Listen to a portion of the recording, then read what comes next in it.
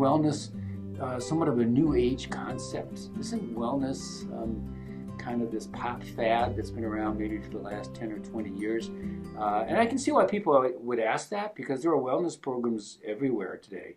There are wellness programs at work, certainly. There's wellness programs in colleges and universities. High schools are talking a lot about health and wellness. Retirement communities almost always have some kind of wellness program. There are wellness centers in every community. Chiropractors are talking about wellness. This is all great stuff.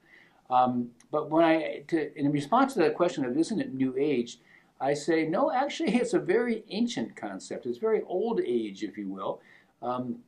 In fact, for those of us who are Christians, Jesus was all about health and wellness. And the church has, in many ways, faith communities in general were kind of the original centers of wellness, the original wellness centers. Jesus spent a great deal of his ministry focusing on three things. We talked about teaching, preaching, and healing.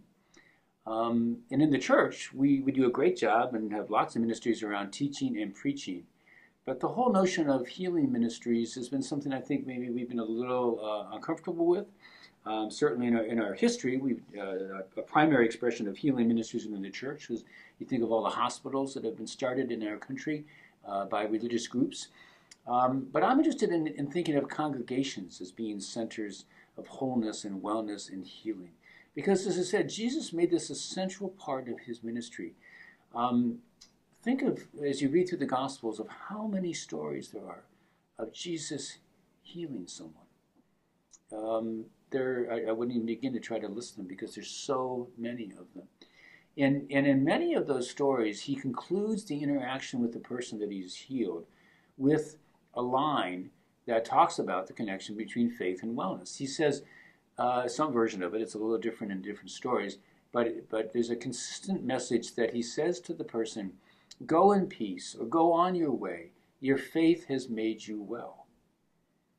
Go on your way, go in peace, your faith has made you well. That's because Jesus saw a very clear connection between wellness and wholeness and healing, and really believed that faith was an integral part, that one's spiritual life was an integral part of a person being well. I couldn't agree with that more, and throughout this class I'll be explaining it in much more detail what I mean by that, and how our faith in some very concrete ways can help us to be well. But also, one of the hopes of this class is that I will help the church reclaim its ministry of healing and wholeness, and that congregations can really make that a primary part of their ministry. Now, of course, there's also another great passage in the Bible too that that speaks to another important aspect of wellness. One of the most famous passages about wellness in the New Testament is in the 5th chapter of the Gospel of John, where Jesus comes to a man. It says he's been laying by this pool for 38 years, a pool where people were gathered who were paralyzed, blind, and lame. And he has been coming to that pool for 38 years in hopes of getting healed, but he's not able to get into the pool and to be healed. And so Jesus comes to the man, and he says to him, he asks him a question, which seems in the face of it a rather ridiculous question. He asks him the question, do you want to be made well? Do you want to be made well?